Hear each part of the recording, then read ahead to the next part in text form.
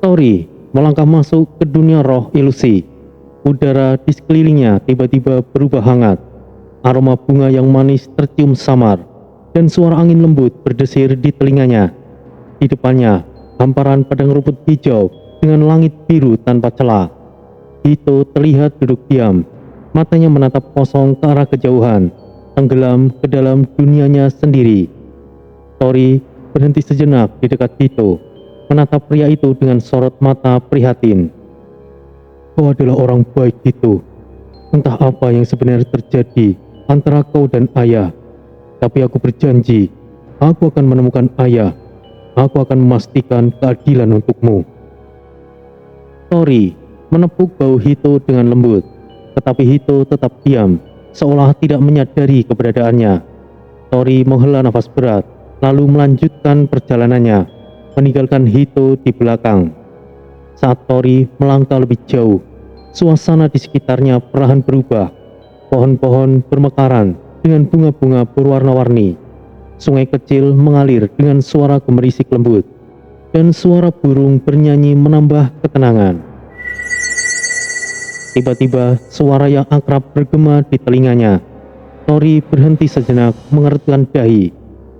Bang Tori, kau sudah kembali. Ucap Rizka dari kejauhan dengan suara lembut dan penuh cinta. Tori berbalik dengan cepat. Di depannya berdiri seorang wanita muda dengan rambut hitam panjang tergerai, mata coklat yang lembut, dan senyum yang begitu hangat.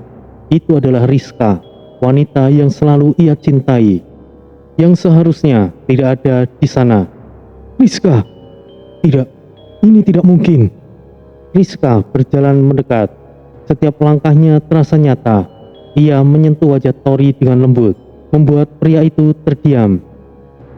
Ini aku, Bang Tori. Aku di sini. Kau tidak perlu berjuang lagi. Semuanya sudah selesai. Dunia kita damai sekarang. Tidak ada lagi perang ataupun pertumpahan darah. Kita bisa hidup bersama, Bang Tori, seperti yang selalu kita impikan. Tori mencoba menarik diri, tetapi tubuhnya terasa berat, seolah-olah kakinya tertanam di tanah. Tidak, ini pasti ilusi. Dunia tidak mungkin damai. Aku punya misi yang harus aku selesaikan. Namun, suara lembut Rizka terus memanggilnya, menghapus keraguan di benaknya. Ia melihat sekeliling, dan ia mendapati dirinya berada di sebuah desa kecil yang indah. Anak-anak bermain di lapangan, orang-orang tersenyum bahagia, dan di tengah semuanya, ia melihat dirinya dan Rizka berdiri di depan sebuah rumah sederhana dengan taman kecil yang dipenuhi bunga. Hari-hari berlalu di dunia ilusi itu. Tori menikahi Rizka di sebuah upacara sederhana, dikelilingi orang-orang yang mencintai mereka. Tidak ada perang, tidak ada konflik, hanya ada kebahagiaan yang murni. Lihatlah, Bang Tori, ini semua yang pernah kita impikan. Tidak ada yang perlu kita khawatirkan lagi. Kau tidak perlu bertarung, tidak perlu terluka lagi. Tori menatap Rizka, matanya dipenuhi keraguan, namun hatinya merasa damai untuk pertama kalinya. Rizka, jika ini nyata, maka aku tidak ingin ini berakhir. Pastinya ini nyata, Bang Tori. Selama kau percaya, maka dunia ini akan selalu menjadi milik kita. Namun, di luar kesadarannya, tubuh Tori yang sebenarnya mulai menunjukkan tanda-tanda bahaya. Energi spiritualnya berkurang secara drastis, perlahan diserap oleh dunia roh ilusi. Ilusi itu semakin mengikatnya, membuatnya sulit untuk membedakan kenyataan dari khayalan. Suara samar terdengar di belakang, suara rekan-rekan yang memanggilnya dari kejauhan. Sadarlah, itu semuanya bohong. Mas Tori, kau tidak boleh menyerah pada ilusi itu. Tetapi suara mereka hanya terdengar seperti bisikan di telinga Tori. Dia terlalu tenggelam dalam kebahagiaan palsu yang ditawarkan dunia itu. Tidak, aku tidak ingin pergi. Aku bahagia di sini. Tori duduk di kursi pengantin. Senyumnya merekah seperti belum pernah ia rasakan sebelumnya. Di hadapannya, Rizka terlihat anggun dengan gaun pengantin putih yang berkilauan, menggenggam tangannya dengan erat. Di sekeliling mereka, tawa riang, ucapan selamat, dan memenuhi ruangan besar yang dipenuhi dekorasi emas dan ungu, warna favorit Rizka. Hehehe, selamat atas pernikahan kalian. Akhirnya mimpimu terwujud, Des. Suara Desta terdengar, diikuti sorak-sorai Jaka, Rio, dan teman-teman lainnya. Semuanya nampak begitu nyata dan begitu hidup. Tori tertawa bahagia. Untuk pertama kalinya dalam waktu yang lama, ia merasa begitu damai. Semua perang, kekacauan, dan kehilangan tampaknya hanyalah kenangan jauh yang tidak pernah ada. Namun, di sudut ruangan, bayangan gelap muncul perlahan, seperti asap hitam yang berkumpul menjadi sosok. Itu adalah Troy, iblis hati Tori. Sosok ini adalah versi Tori yang lebih gelap, dengan mata merah menyala dan senyum sinis yang selalu menghiasi wajahnya. Jadi, inilah kebahagiaan yang kau dambakan, Tori. Lihatlah dirimu, pengantin bahagia, dikelilingi teman-teman. Tapi, apakah kau tidak sadar semuanya ini tidak nyata? Tori menoleh dengan cepat, tetapi pandangannya kabur sejenak. Tutup mulutmu, Troy. Aku tidak ingin mendengar ocehan darimu sekarang. Namun, Troy tidak menyerah. Bayangan itu mendekat, hingga kini berdiri tepat di hadapan Tori. Kau boleh menolak kenyataan, Tori. Tapi kau tahu, jauh di lubuk hatimu, semua ini adalah ilusi. Dan jika kau terus di sini, semua orang yang kau cintai akan mati. Troy menegaskan. Tiba-tiba, suara ledakan menggema di seluruh ruangan. Para tamu mulai berteriak. Kebahagiaan berubah menjadi kekacauan. Tolong! Jeritan terdengar di mana-mana. Tori menoleh ke segala arah, melihat orang-orang yang tadinya tertawa, kini berubah menjadi korban. Tubuh mereka berserakan, darah mengalir di lantai pesta yang mewah. Rizka terjatuh di depan Tori, darah mengalir di dadanya. Ia memandang Tori dengan mata yang penuh kesedihan. Bang Tori, kenapa kau biarkan ini terjadi? Tidak, ini tidak mungkin terjadi. Rizka, bangunlah! Rizka! Namun, tubuh Rizka menjadi dingin, berubah menjadi abu dan menghilang. Di tengah kekacauan, suara lain bergema di seluruh ruangan, seperti suara dari langit. Hei bocah, jika kau terlalu lama terlena dengan kebahagiaan palsu ini, maka semua orang yang kau pedulikan akan mengalami kehancuran yang sama. Sadarilah! Shenlong. Jantung Tori berdetak dengan keras, seperti lonceng peringatan. Ia menggenggam kepalanya, berusaha mengusir rasa sakit yang tiba-tiba menyerang pikirannya. Ini tidak nyata. Semua ini ilusi. Akhirnya kau sadar, bodoh. Dan jangan salah paham. Aku tidak melakukan ini karena peduli. Aku hanya menyelamatkan diriku sendiri. Jika kau mati di sini, maka aku juga lenyap, bocah. Dasar bodoh. Dengan tekad yang baru, Tori memejamkan matanya dan mengumpulkan energi spiritualnya. Dengan raungan yang keras, ia menghancurkan ilusi di sekelilingnya. Seluruh dunia ilusi itu retak seperti kaca, hancur menjadi serpihan-serpihan kecil hingga menghilang sepenuhnya. Tori membuka matanya dan mendapati dirinya kembali ke lorong dunia roh. Ia menghela nafas berat, tubuhnya terasa lelah, tetapi pikirannya kini kembali jernih. Terima kasih, Troy, Shenlong. Tanpa kalian, mungkin aku sudah mati di sana. Jagalah dirimu baik-baik, Tori. Jangan sampai kau terjebak dengan ilusi yang serupa. Troy hanya tertawa kecil, kemudian suaranya perlahan menghilang. Dasar bodoh, jika bukan karena aku dan Shenlong, kau mungkin sudah lenyap. Ingat Tori, aku tidak peduli padamu. Aku hanya peduli pada diriku sendiri. Jangan terlalu banyak berharap. Setelah keluar dari dunia roh, Tori akhirnya tiba di sebuah ruangan kosong. Dindingnya polos, hanya ada cahaya tamaram yang memantul dari obor yang tidak nyata. Di tengah ruangan, terdapat sosok kerangka yang menggunakan mahkota emas yang masih berkilauan, duduk di atas singgasana batu. Kemudian Tori mendekat, memberikan penghormatan kepada sosok tersebut. Kemudian Tori berlutut di depan kerangka Raja Zerzura. Kegelapan di ruangan itu begitu pekat, hanya diterangi oleh nyala kecil obor yang menggantung di dinding. Suara detak jantungnya terasa menggema di ruang yang kosong. Kau telah menjaga dunia ini lebih lama dari yang bisa kubayangkan.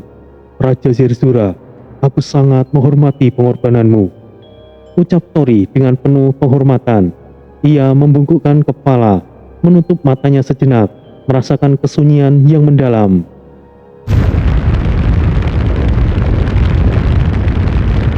Tiba-tiba, pintu besar tempat Tori masuk tertutup dengan suara yang keras, seperti gemuruh petir yang menghentak bumi. Ia tersentak dan berdiri secara waspada. Apa-apaan ini? Tori menoleh ke segala arah. Seketika, ruangan gelap itu mulai berubah. Cahaya emas menyembur dari lantai, membentuk pola melingkar yang rumit. Dinding-dinding ruangan yang tadinya polos, kini dipenuhi tulisan bercahaya emas, seolah-olah dinding itu hidup. Tulisan-tulisan itu berputar dan bergerak seperti tarian api, menyelimuti ruangan dengan aura yang memancarkan kekuatan purba. Ini bukanlah tulisan biasa. Ini semacam mantra. Tori berbisik, matanya memandangi setiap huruf yang bersinar terang. Kemudian, suara yang dalam dan menggema mulai terdengar, bukan dari satu arah, tetapi dari segala penjuru. Yang ditakdirkan telah tiba. Yang terpilih adalah mereka yang memiliki hati yang tulus, bukan yang mengejar kuasa semata. Mereka yang datang dengan kehancuran dalam jiwa tidak akan pernah menyentuh rahasia ini. Suara itu terasa menusuk, berat dan penuh makna. Tori hanya bisa berdiri terpaku, merasakan setiap kata yang menusuk jiwanya. Tulisan emas di dinding mulai menjelaskan kisah Raja Zerzura dan kunci arus waktu. Kunci arus waktu adalah pedang bermata dua. Ia memiliki kekuatan untuk menyelamatkan dunia dari kehancuran, tetapi juga mampu membawa kehancuran yang lebih besar. Cahaya di sekeliling ruangan menjadi semakin terang. Tulisan-tulisan itu kini mengarah di kerangka Raja Zerzura, membuatnya bersinar seperti diselimuti api emas. Hanya yang tulus, yang bersimpuh bukan karena takut, tetapi karena penghormatan sejati yang layak menerima kekuatan ini. Jadi, inilah rahasianya. Tang Yin tidak akan pernah bisa melakukannya karena hatinya dipenuhi dengan kebencian. Gumam Tori. Ia menatap kerangka Raja Zerzura yang tiba-tiba mulai berubah. Bunyi retakan terdengar saat kerangka itu mulai pecah. Apa yang sebenarnya terjadi? Tori melangkah mundur, matanya terbelalak. Kerangka itu tidaklah hancur, melainkan melebur menjadi debu emas yang melayang di udara. Debu emas itu berputar dengan cepat, membentuk sebuah bola cahaya di tengah ruangan. Dari dalam bola itu, sebuah benda perlahan muncul, bercahaya seperti bintang. Cahaya menyilaukan, memenuhi ruangan saat kunci arus waktu muncul sepenuhnya. Itu adalah sebuah artefak yang terlihat sederhana, namun penuh makna. Berbentuk seperti kristal lonjong, dengan inti yang bersinar seperti matahari kecil yang berdenyut. Ukiran-ukiran kecil di sekelilingnya tampak seperti aliran waktu yang bergerak tanpa henti. Suara yang sama kembali menggema, kali ini jauh lebih tegas dan penuh wibawa. Kau telah ditakdirkan untuk menjaga kunci arus waktu ini. Dengannya, kau akan memahami arti sejati dari waktu dan takdir. Pasukan Zerzura, mereka yang terikat oleh sumpah, akan berada di pihakmu. Mereka adalah roh-roh penjaga yang akan membantumu menghadapi kegelapan. Peganglah kunci ini dan biarkan takdir memandu jalanmu. Pasukan Zerzura dan kunci ini. Tori tertegun. Ia perlahan mendekati kristal bercahaya itu. Tangannya bergetar. Ada rasa takut, tetapi juga tekad yang besar di hatinya. Aku akan melanjutkannya, seperti yang telah kau lakukan, Raja Zerzura. Aku bersumpah tidak akan menyalahgunakan kekuatan ini. Tori mengulurkan tangannya dan menyentuh kristal itu. Tiba-tiba, energi dahsyat meledak keluar, memenuhi ruangan dengan cahaya yang menyilaukan. Tubuh Tori terasa seperti dihantam oleh badai, tetapi ia tidak mundur.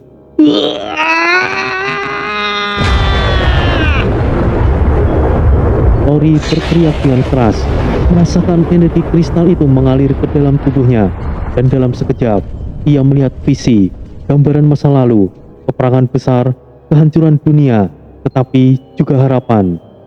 Tori berdiri diam, menggenggam kunci arus waktu dengan hati yang berat. Cahaya lembut dari kunci itu membungkusnya, membawa rasa yang hangat, tetapi juga kesedihan yang mendalam. Dalam benaknya, Tori seakan melihat kilasan masa lalu, Raja Zerzura yang berjuang mati-matian melawan gelombang kegelapan, menjaga kunci tersebut dari mereka yang ingin menyalahgunakannya. Mata Tori berkaca-kaca, tapi ia menahan air matanya.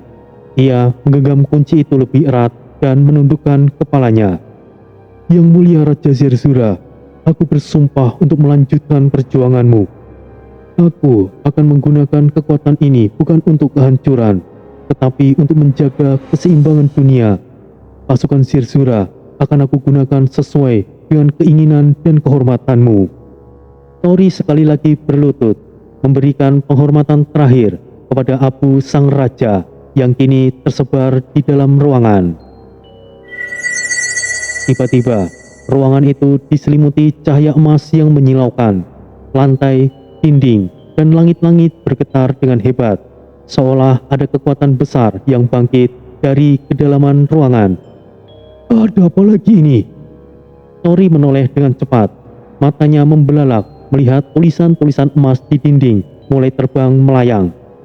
Tulisan-tulisan itu bersinar semakin terang, bergerak seperti tornado yang berputar di tengah ruangan. Ledakan energi besar terjadi, membuat Tori mundur beberapa langkah. Dari pusaran cahaya emas itu, sebuah siluet perlahan terbentuk. Talawar, naga Sona. Dari pusaran cahaya, muncul sebuah pedang panjang yang megah. Talawar naga Sona, sebuah senjata dengan gagang berbentuk kepala naga yang detail, seolah hidup. Sarung pedangnya diukir dengan tubuh naga yang berkelok yang memancarkan aura kuno dan menakutkan. Pedang itu melayang di udara, bersinar seperti bintang yang baru lahir. Tori tertegun, tatapannya terpaku pada senjata tersebut. Energinya terpancar darinya begitu kuat, bahkan ruangan terasa seperti berdenyut. Talawar naga Sona, bisik Tori. Namun sebelum ia sempat mendekat, sesuatu yang lebih aneh terjadi. Tiba-tiba, udara di ruangan terasa berat. Dari dalam tubuh Tori muncul cahaya berwarna emas yang lain. Cahaya itu meledak, dan dari sana muncul 3 senjata yang selama ini menjadi bagian dari kekuatannya. Bala naga Sona, tombak naga emas, tombak yang ujungnya memancarkan kilatan petir, ganggangnya bersinar keemasan. Seringa naga Sona, trompet naga kematian, trompet dengan ukiran naga di sepanjang tubuhnya, memancarkan aura yang suram. Hata naga Sona, palu naga penghancur, palu besar dengan kepala berbentuk naga yang terlihat mampu meremukkan apa saja. Ketiga senjata itu melayang di sekitar Talawar naga Sona, seolah memberikan penghormatan. Suara bergema kembali terdengar, kali ini lebih kuat dan penuh wibawa. Sungguh luar biasa. Selain kau yang ditakdirkan untuk memegang kunci arus waktu, ternyata kau adalah seseorang yang ditakdirkan dari alam naga. 4 naga telah dipersatukan. Kekuatan ini adalah warisan terakhir untuk menumpas kegelapan yang akan datang. Talafar Nagasona adalah inti dari kekuatan naga. Dengan bersatunya keempat senjata ini, kekuatan sejati akan terbangkitkan. Tori, hanya dengan hati yang tulus, kau bisa mengendalikan kekuatan ini. Gunakanlah dengan bijaksana. Tori menatap keempat senjata itu dengan rasa hormat dan tanggung jawab yang besar. Ia melangkah maju dan meraih Talafar Nagasona. Begitu tangannya menyentuh gagang pedang itu, energi besar mengalir ke dalam tubuhnya. Matanya bersinar keemasan, dan sejak ia melihat visi pertempuran besar melawan pasukan iblis, kehancuran yang hampir melanda dunia, dan akhirnya kemenangan yang diraih adalah pengorbanan. Karena ini memanglah takdirku, maka aku tidak akan berhenti, gumamnya sambil menahan aliran energi yang luar biasa. Tiba-tiba, keempat senjata itu menyatu dalam sebuah ledakan cahaya yang besar, membentuk sebuah simbol naga berwarna emas di langit-langit ruangan. Lambang itu menyala beberapa saat sebelum perlahan memudar. Ketika cahaya mereda, Tori mendengar suara langkah kaki yang menggema. Ia menoleh dan terkejut melihat puluhan sosok bersinar muncul dari dinding ruangan. Mereka adalah pasukan Zerzura, roh-roh penjaga yang kini kembali bangkit. Seseorang dari mereka mengenakan armor lengkap dengan helm berbentuk naga, maju ke depan dan berlutut di hadapan Tori. Kami, pasukan Zerzura, bersumpah setia kepada Anda, menjaga kunci arus waktu. Perintah Anda adalah kehormatan kami. Tori mengangguk, menggenggam Talafar Nagasona dengan erat. Berdirilah pasukan Zerzura. Bersama kita akan menumpas kegelapan dan menjaga dunia ini. Dengan itu, pintu besar di belakangnya terbuka, mengundang cahaya matahari yang menyinari ruangan. Tori melangkah keluar, diikuti oleh pasukan barunya, siap menghadapi ancaman yang lebih besar. Tori berdiri diam di tengah ruangan, memandangi Talafar Nagasona yang kini berada dalam genggamannya. Pedang itu berkilau dengan cahaya emas yang mengagumkan, memancarkan aura keagungan yang membuat udara di sekitarnya terasa berat namun penuh harapan.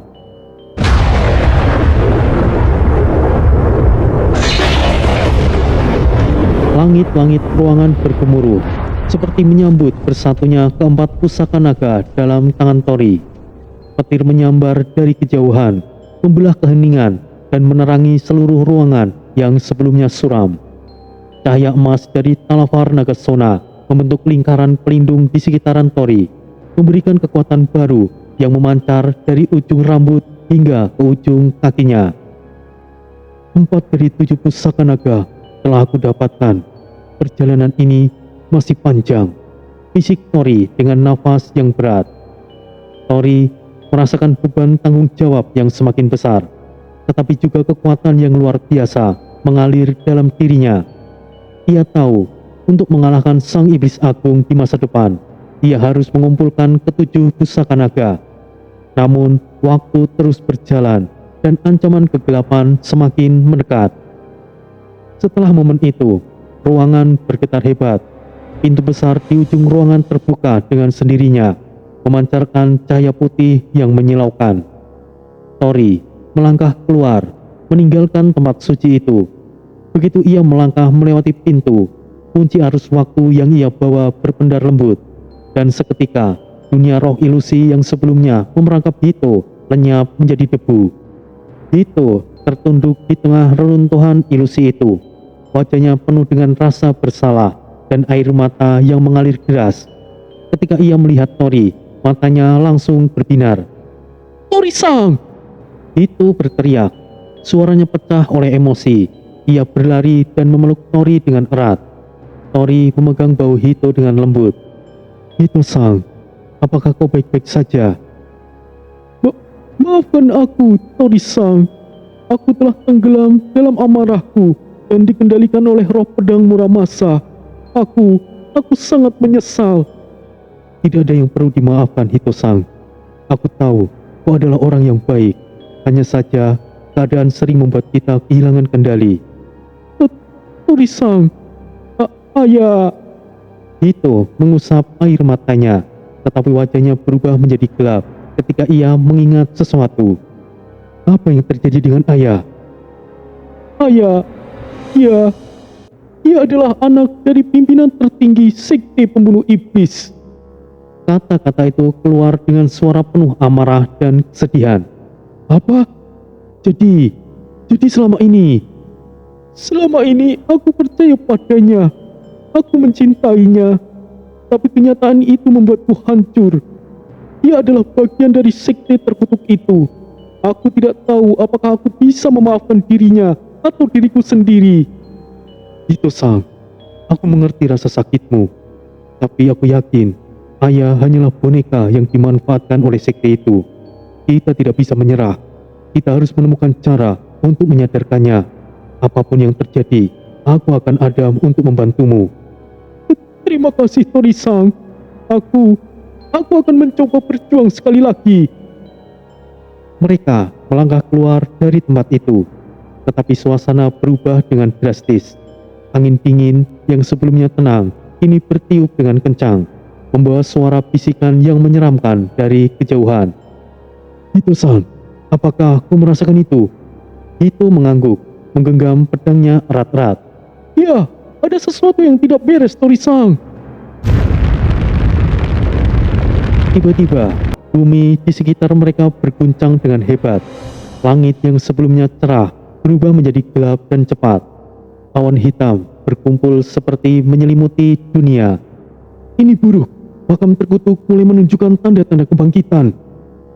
Dari kejauhan, mereka bisa melihat tanah di sekitar makam itu retak, mengeluarkan cahaya merah yang menyala-nyala seperti magma. Suara raungan dan tawa menyeramkan menggema dari dalam makam itu, membuat bulu kuduk mereka meremang.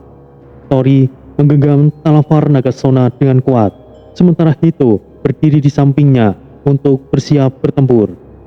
Hito-san, kita harus menghentikan ini sebelum terlambat. Pasukan Shirzura akan membantu kita. Tori mengangkat kunci arus waktu, dan seketika pasukan Shirzura muncul dari cahaya emas, menggunakan armor lengkap dengan senjata yang bersinar. Perintahmu adalah kehormatan kami, penjaga kunci, kata salah satu prajurit Shirzura. Baiklah, sekarang ayo kita keluar dari sini. Jaka, Desta dan lainnya masih terjebak. Perjalanan mereka yang penuh tantangan akan kembali dimulai, dengan ancaman yang jauh lebih besar menanti di depan mereka. Suara langkah derap kaki prajurit Shirzura bergetar, berselingan dengan dentuman dan getaran ruangan di mana Tori dan Hito berada. Tori-san, bersama prajurit sebanyak ini, kita akan semakin kesulitan untuk bergerak. Aku tahu, Hito-san, tapi aku masih belum terbiasa untuk kendalikan mereka. Mereka akan muncul saat pikiranku mulai panik. Cobalah sesuatu untuk menyimpan mereka ke buku jiwamu, Tori-san. Tidak, Hito-san. Terlalu cepat memasukkan mereka ke dalam buku jiwa. Pasukan Shirzura memiliki tempat sendiri di ruang waktu kunci arus waktu. Tapi akan aku coba untuk menyimpan mereka kembali. Pasukan Shirzura, kembalilah. Tuan, Anda adalah penjaga kunci. Kami akan memastikan keselamatan Anda. Terima kasih. Tapi jika kalian semuanya muncul, kita semuanya justru akan sulit bergerak. Perintahkan semua pasukanmu. Cukup beberapa orang saja yang mengawalku.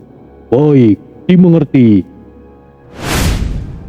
Prajurit Shirzura kemudian lenyap, hanya menyisakan beberapa komandan Shirzura yang menyertai Tori. Bagus, sekarang ayo segera tinggalkan tempat ini sebelum runtuh. Tanah di bawah kaki mereka terus berguncang. Suara retakan besar di sepanjang dinding mulai terdengar, diselingi dengan jatuhnya batu-batu besar yang menghancurkan lantai di sekitar mereka. Udara dipenuhi dengan debu dan aroma pasir yang bercampur dengan aura magis yang memudar. Tori berdiri di depan kerangkeng yang memerangkap Jaka, Desta, Bon, dan Rio. Cahaya kunci arus waktu berkilauan di tangannya, memancarkan aura kuno yang penuh kekuatan. Mas Tori! Itu! Kau! Maafkan aku teman-teman, aku salah. Aku telah dikendalikan oleh pedang Muramasa. Sekali lagi, aku minta maaf dan aku menyesal. Nanti saja penjelasannya. Sekarang kita harus pergi dari sini sebelum tempat ini runtuh. Lalu, apa yang akan kau lakukan dengan kerangkeng ini, Tori? Kata Bon. Semuanya mundur dan jaga jarak dari kerangkeng. Perintah Tori dengan tegas. Ia mengangkat kunci arus waktu dan dalam sekejap, sinar emas menyelimuti kerangkeng yang menjebak teman-temannya. Cahaya itu berputar dengan sangat cepat, menciptakan pusaran kecil yang menggiring waktu maju jutaan tahun hanya dalam hitungan detik. Logam kerangkeng itu mulai berkarat, retak, dan akhirnya hancur menjadi debu yang berhamburan ke udara. Luar biasa. Jadi, itukah kekuatan kunci arus waktu? Tapi Tori, itu kekuatan yang sangat berbahaya. Gumam Jaka, matanya terpaku pada debu yang kini berterbangan. Aku tahu Jaka, tapi aku harus menggunakannya dengan hati-hati. Ini bukan kekuatan yang untuk disalahgunakan. Ketika semua orang bebas, Ito berdiri diam, menatap patung emas Oba yang ada di pojok ruangan. Matanya memancarkan emosi yang sulit dijelaskan, campuran dendam, kesedihan, dan kehancuran. Pedang Muramasa di tangannya bersinar dengan aura gelap, seakan merespon amarah pemiliknya. Dalam sekali tebasan, patung Oba terbelah menjadi dua. Pecahan emas itu hancur berserakan di tanah, memantulkan kilauan yang nampak seperti tangisan terakhir dari Oba. Ito-sang! Aku baik-baik saja, Desta Sang. Tapi aku tidak akan memaafkan apa yang telah Oba dan Tang Yin lakukan. Jika aku bertemu dengan Tang Yin lagi, aku akan... Sudah cukup, Ito-sang. Akan ada waktunya untuk menghadapi Tang Yin. Tapi sekarang kita harus keluar dari sini. Ito terdiam sejenak dan menundukkan kepalanya. Terima kasih Jagadono, kau benar. Kemudian mereka bergerak cepat melewati lorong-lorong yang semakin sempit dan runtuh di belakang mereka. Langkah kaki mereka disertai dengan suara gemuruh yang semakin keras. Sebuah balok besar jatuh di depan mereka, memblokir jalan. Tori segera mengangkat Talafar Nagasona, dan dengan satu ayunan dengan pedang itu, balok itu terpotong rapi dan jatuh ke samping. Jalan kembali terbuka, dan mereka melanjutkan perjalanan dengan langkah yang semakin cepat. Wah! Kau dapat mainan baru, Tori. Wah, janam hebat itu. Sudahlah Pak Bon. Ayo, kita hampir sampai. Angin gurun terasa ketika mereka mendekati pintu keluar.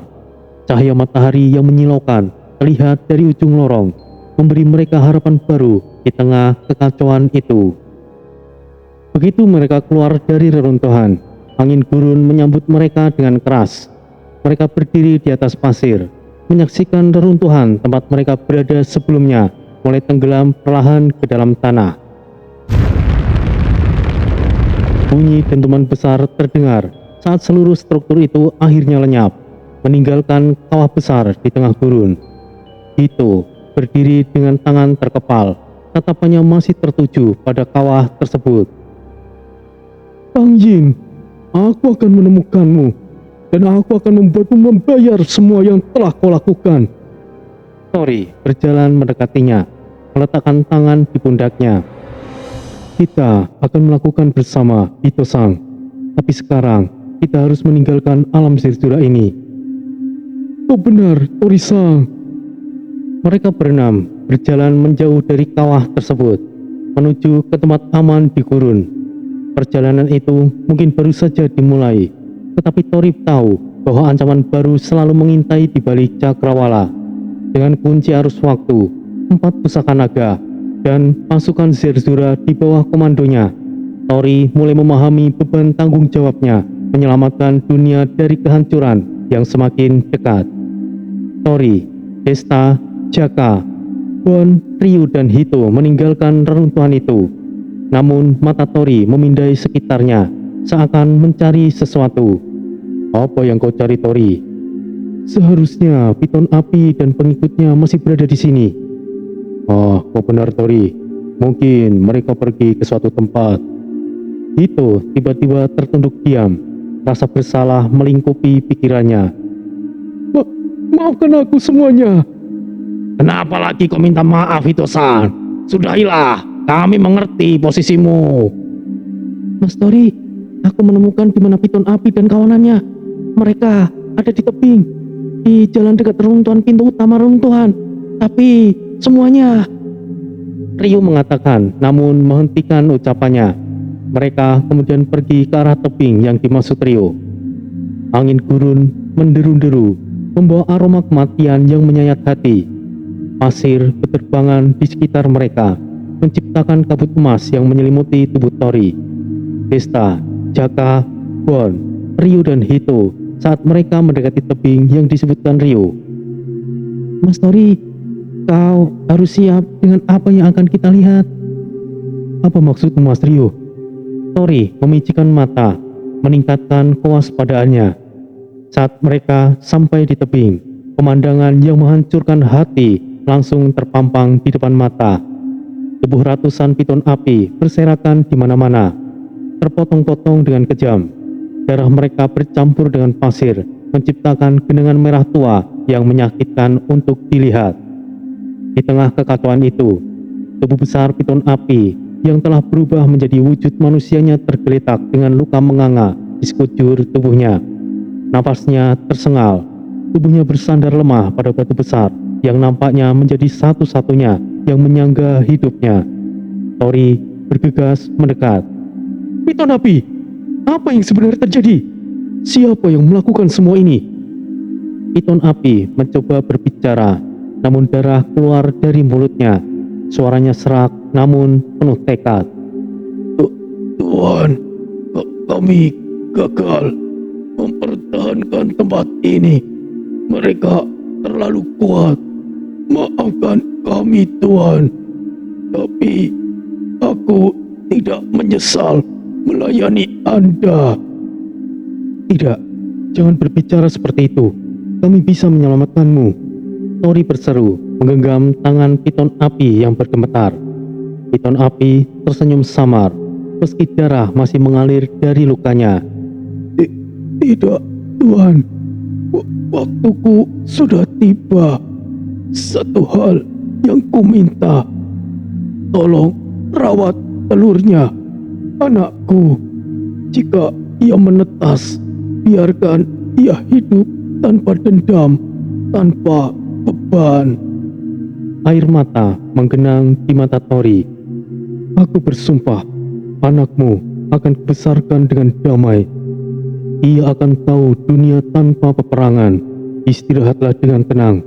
Kau telah berjuang dengan sangat berani. Dengan nafas terakhirnya, piton api mengucapkan kata-kata terakhirnya. Terima kasih, Tuhan. Aku bahagia melayani Anda hingga akhir. Kepala piton api terkulai, tubuhnya kehilangan nyawa, meninggalkan keheningan yang menyakitkan. Luka piton api bukan luka yang memang bisa disembuhkan, sekalipun itu Dayat. Ia tidak bisa melakukannya. Sejatinya piton api sudah mati. Ia hanya berusaha bertahan untuk tetap sadar hingga Tori menemukannya. Hito berdiri di belakang, wajahnya mulai pucat, tubuhnya bergemetar, dan ia menatap mayat-mayat itu dengan mata yang berkaca-kaca. Hito tiba-tiba jatuh berlutut di atas pasir, menundukkan kepala dalam-dalam. Ini semua salahku, ini semua salahku, gumamnya dengan suara yang mulai pecah. Hito-san, sudah cukup. Kami mengerti apa yang telah terjadi. Ini bukan sepenuhnya salahmu. Tidak, Desta-san. Aku bagian dari ini. Aku membantu mereka. Aku membantu Tang Yin dan Oba. Jika saja aku lebih kuat melawan Muramasa, ini semua tidak akan terjadi. Hitosang, tidak ada yang menyalahkanmu. Kami semua pernah membuat kesalahan, tapi rasa bersalah tidak boleh menghancurkanmu. Kau masih punya peran besar dalam perjuangan kita. Suara Tori lantang memotong. Ia berjalan mendekat, tatapannya penuh ketegasan. Air mata Hito akhirnya mengalir deras. Ia menangis terseduh-seduh, meraung sejadi-jadinya di tengah padang pasir. Desta, Jaka, Ryu dan Bon menghampiri, mengelilinginya untuk menunjukkan bahwa ia tidaklah sendirian. Kami di sini, Hitosang. Kami semua bersama-sama, ucap Jaka dengan pelan. Setelah beberapa saat, mereka meninggalkan tebing itu dengan hati yang berat. Saat mereka berjalan, Tori menatap telur itu dengan tekad yang membara. Aku berjanji, anakmu akan tumbuh di dunia yang lebih baik, dunia tanpa kebencian dan peperangan. Namun, di kejauhan, siluet misterius berdiri di atas bukit pasir. Angin berhembus membawa aura kegelapan yang menekan. Sosok itu memandang rombongan Tori dengan tatapan tajam, membawa ancaman baru yang mungkin akan segera datang. Dengan langkah yang berat namun penuh tekad, mereka bergerak maju di kota Zerzura, membawa harapan baru sekaligus beban yang lebih besar. Perjalanan Tori untuk mengumpulkan 7 pusaka naga dan menghentikan kehancuran dunia masih dalam perjalanan yang panjang. Langit di atas kota Zerzura berubah kelabu. Awan tebal menggulung-gulung membawa hawa yang mencekam. Suara gemuruh menggelegar di kejauhan, menandakan datangnya pasukan Tangyin bersama sekutunya. Di kejauhan, gelombang pasukan terakota yang menyerupai arus deras mulai memenuhi daratan berpasir. Mereka adalah ribuan prajurit batu yang bergerak serempak dengan langkah berat namun terkoordinasi.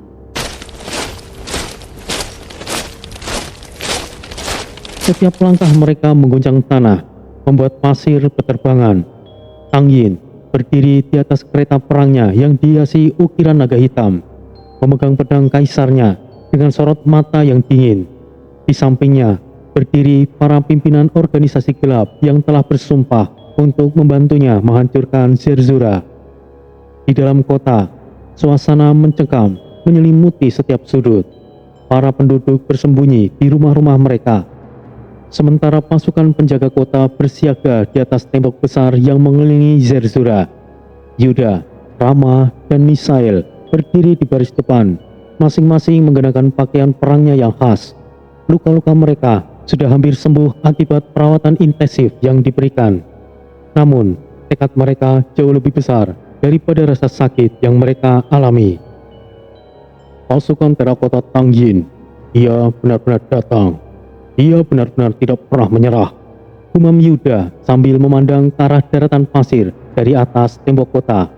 Rama mengepalkan senjatanya. Kilauan listrik memancar dari senjata tersebut. Seharusnya kau segera menghabisinya waktu itu, burung bau. Diamlah, monyet busuk. Misael berdiri di tengah mereka, tatapannya tajam dan penuh determinasi.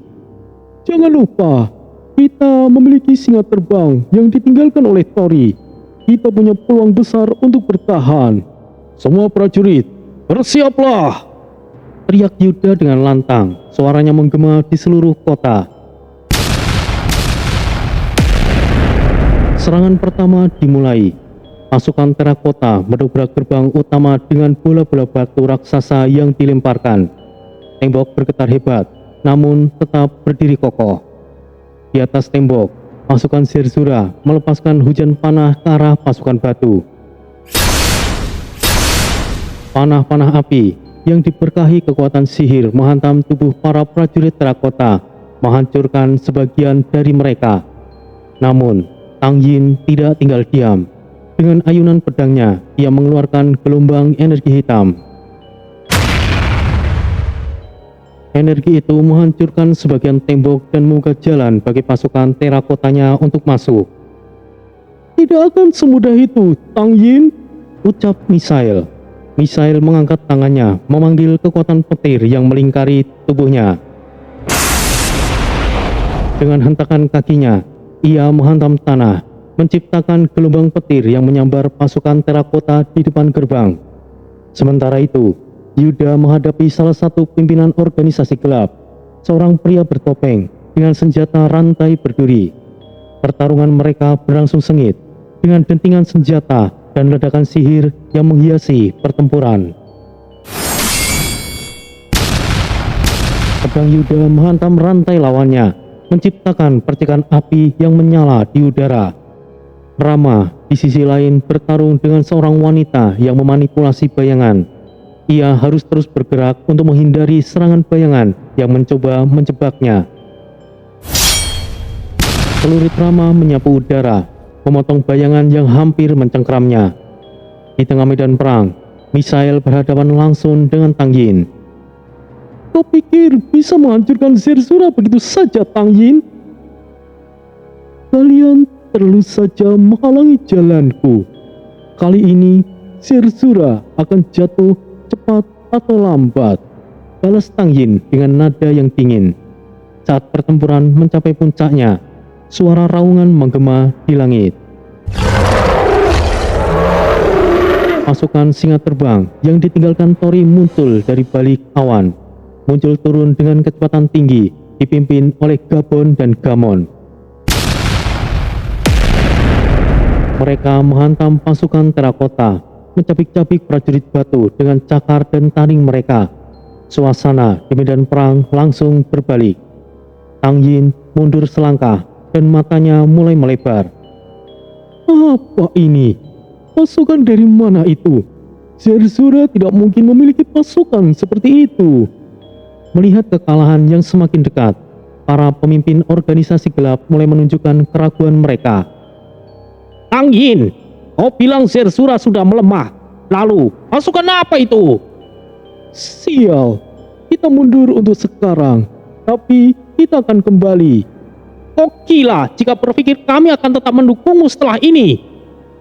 Tang Yin hanya bisa mengepalkan tangannya, menatap ke arah Zerzura dengan penuh kebencian.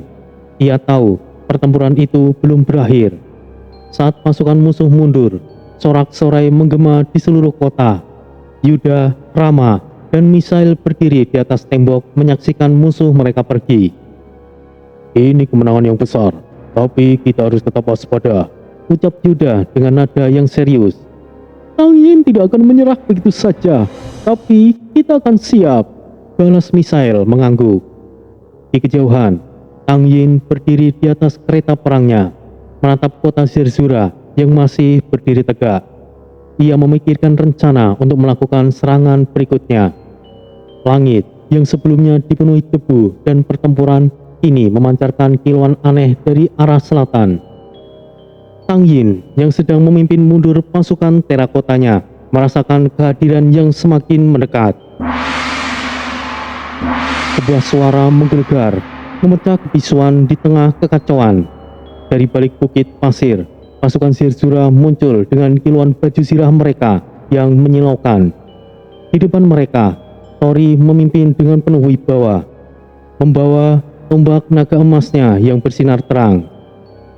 Tang Yin, kau pikir kau bisa menghancurkan Zerzura tanpa konsekuensi? Sekarang waktunya untuk membayar! Teriak Tori, suaranya menggema di padang pasir. Di belakang Tori, pasukan Mara milik Ryu menyeruak keluar dari bayangan pasir. Tubuh mereka menyerupai monster, mengeluarkan aura gelap yang menakutkan. Raungan mereka menggema, membuat barisan belakang pasukan Tang Yin gemetar. Tidak hanya itu, di sisi lain, pasukan samurai bertopeng milik Hito muncul dengan formasi yang rapi. Mereka kini terlihat lebih bersih, tidak ada lagi diliputi aura kegelapan, melainkan memancarkan kekuatan yang tegas dan membara. Hito berdiri di depan mereka, pedang Muramasa di tangannya siap untuk membalas dendam. Tombak Tori menghujam tanah, menciptakan gelombang petir yang menyambar barisan belakang pasukan terakota. Suara ledakan mengguncang medan perang, menghancurkan prajurit batu menjadi serpihan kecil. Desta dan Jaka tidak tinggal diam. Desta melompat tinggi ke udara, mengumpulkan energi api di telapak tangannya. Niat Tingson aciku, kemana kini? Api yang membara melesat dari tangannya, melahap prajurit terakota yang mencoba melindungi Tang Yin. Jaka dengan keris perahu geninya menyusul Desta. Kilauan merah dari kerisnya membelah pasukan musuh seperti petir yang mengiris langit malam. Tang Yin, hadapi aku! Teriak Hito di depan barisannya. Ia memimpin pasukan samurai bertopeng dengan gerakan agresif, langsung menerjang ke arah pasukan utama Tang Yin. Melihat serangan dadakan itu, Tang Yin menggertakkan giginya. Ia mengayunkan senjatanya, perintahkan sebagian pasukan terakota untuk menciptakan dinding bayangan untuk melindungi. Bayangan itu bertahan sebentar, tetapi segera dihancurkan oleh energi petir yang dilepaskan oleh misail dari jarak jauh. Tang Yin mulai berkeringat dingin. Salah satu pimpinan organisasi gelap di sampingnya, seorang pria dengan mantel hitam panjang, berbisik cemas. Kita harus mundur, Tang Yin. Ini tidak bisa kita menangkan. Diamlah, aku tidak butuh nasihatmu.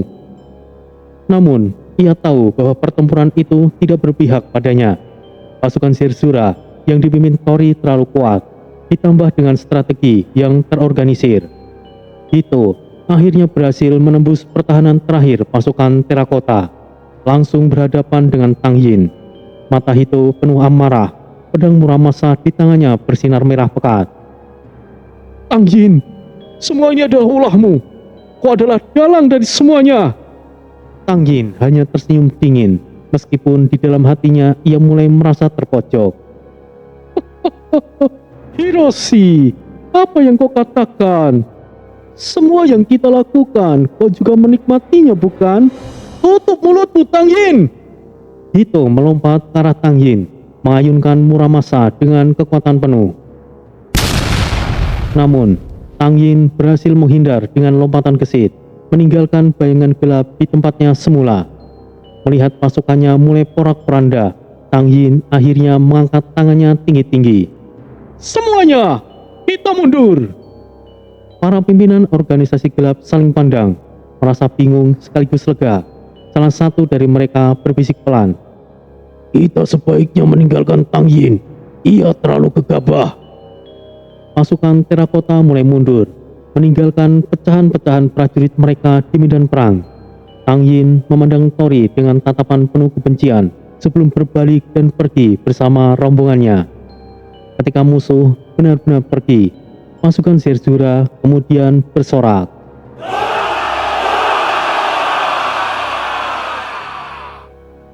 Teriakan mereka penuh dengan semangat. Tori berdiri di tengah medan perang, memandang ke arah cakrawala di mana Tang Yin menghilang. Tang Yin, ia adalah lawan yang sangat merepotkan. Tori-san, apa yang harus kita lakukan? Jika kita mengejarnya, inilah kesempatan kita. Hito-san, Tang Yin bukanlah sekedar musuh biasa. Mungkin ia mundur, tapi kita tidak tahu kemampuan sebenarnya yang ia miliki. Biarkan mereka mundur. Suatu saat, kita akan melawannya bersama, apapun yang terjadi. Malam itu, langit Zerzura kembali bersih. Meskipun medan perang di sekitar masih menjadi saksi bisu dari pertempuran besar yang baru saja berakhir.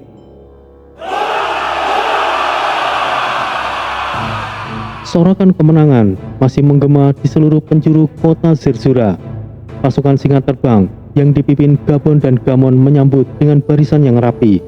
Tombak mereka berdenting saat mereka menghantamkan gagangnya ke tanah. Barisan klan Barba menabuh genderang dengan suara menggema seperti deru badai, memancar semangat juang yang membara. Rombongan Tori berjalan melewati gerbang utama. Debu tipis bergulir bersama langkah berat para prajurit. Di sepanjang jalan, ribuan penduduk Zerzura bersimpuh. Kepala mereka tertunduk dengan hormat. Anak-anak kecil melambai ceria, sementara para lansia berbisik penuh kekaguman. Di ujung barisan, beberapa bangsawan dan pemimpin guild berdiri. Kayla dari Vanguard tampak memimpin, mengenakan baju sirah keperakan yang berkilauan. Di sampingnya, Seorang lelaki tua berpakaian mewah membawa tongkat kebesaran yang berlapis emas, simbol kebijaksanaan kota itu. Selamat datang yang mulia. Seru mereka dengan serentak. Suara mereka bergetar penuh keyakinan. Tori berhenti sejenak, wajahnya penuh kebingungan. Apa-apaan ini? Mengapa kalian memperlakukan aku seperti ini? Aku bukan... Ucapnya, namun Jaka yang berjalan di sampingnya segera menyikut ringan pinggang Tori. Diamlah sebentar Tori. Nikmati saja momen ini. Jangan mempermalukan mereka. Bisik Tori sambil tersenyum dengan pose andalannya. Tori hanya menghela nafas panjang, lalu menoleh ke arah Kayla. Ketua Kayla, jelaskan apa maksudnya ini? Kayla menunduk lebih dalam. Tolong, jangan panggil saya dengan sebutan ketua lagi. Anda adalah pewaris Raja Sirsura yang sah. Ini, Anda adalah Raja Sirsura, pelindung kota ini. Tori membuka mulut, hendak menyangkal. Namun, lelaki tua berbaju kebesaran angkat bicara. Yang mulia, kami sudah menunggu kehadiran Anda selama ratusan tahun. Takdir telah membawa Anda ke sini, dan kami semua bersumpah setia kepada Anda. Kemudian, rombongan Tori digiring melangkah menuju istana, melewati jalan utama yang dipenuhi bendera-bendera emas berkibar. Penduduk terus berlutut di sepanjang jalan, menyapa dengan teriakan, Panjang umur yang mulia. Panjang umur yang mulia. Panjang umur yang mulia. Ryu melirik ke arah Gon dan berbisik dengan pelan. Wah, ini sudah seperti parade pahlawan. Kau lihat baju-baju mewah mereka? Aku ingin satu, Kang Gon. Hehehe, tenang saja. Kita semua mungkin akan dapat sesuatu setelah ini. Tori menahan nafas ketika ia tiba di istana. Singgasana emas berdiri megah di tengah ruangan yang luas, dihiasi permata berkilauan. Tirai ungu menjuntai kedua sisi, menambah kesan yang agung. Tori, meskipun ragu, ia duduk di singgasana tersebut. Lelaki tua itu maju dengan mahkota emas dan jubah kebesaran di tangannya. Dengan kehormatan ini, kami memahkotai Anda sebagai Raja Sirsura, pelindung tanah kami. Ketika mahkota itu diletakkan di kepala Tori, sorakan menggema di seluruh istana. Panjang umur yang mulia Tori. Namun, suasana berubah hening ketika Tori mulai berdiri, mengangkat tangannya. Semua orang, dengarkan aku. Aku mengerti rasa hormat kalian, tapi aku tidak bisa menerima posisi ini. Sebentar lagi, aku akan meninggalkan alam ini. Ancaman besar masih menunggu, dan tugasku belum selesai. Kayla menatap Tori dengan tekad yang kuat. Yang mulia, kami memahami niat Anda. Namun, apapun yang terjadi, kami akan mengikuti Anda.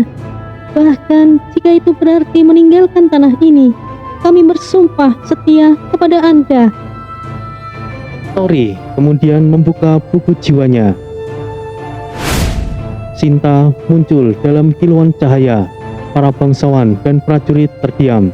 Beberapa bahkan jatuh berlutut karena terkejut melihat kecantikan luar biasa wanita itu. Sinta tersenyum, meskipun sedikit bingung. Suamiku, apa semua ini?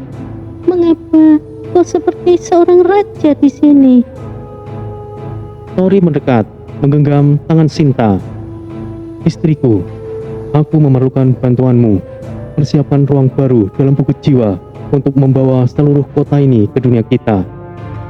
Baiklah, suamiku. Seperti biasa, kau selalu membuatku terkejut. Tapi aku percaya padamu. Pasti akan ada sesuatu yang luar biasa. Dengan kilauan cahaya, persiapan pun dimulai.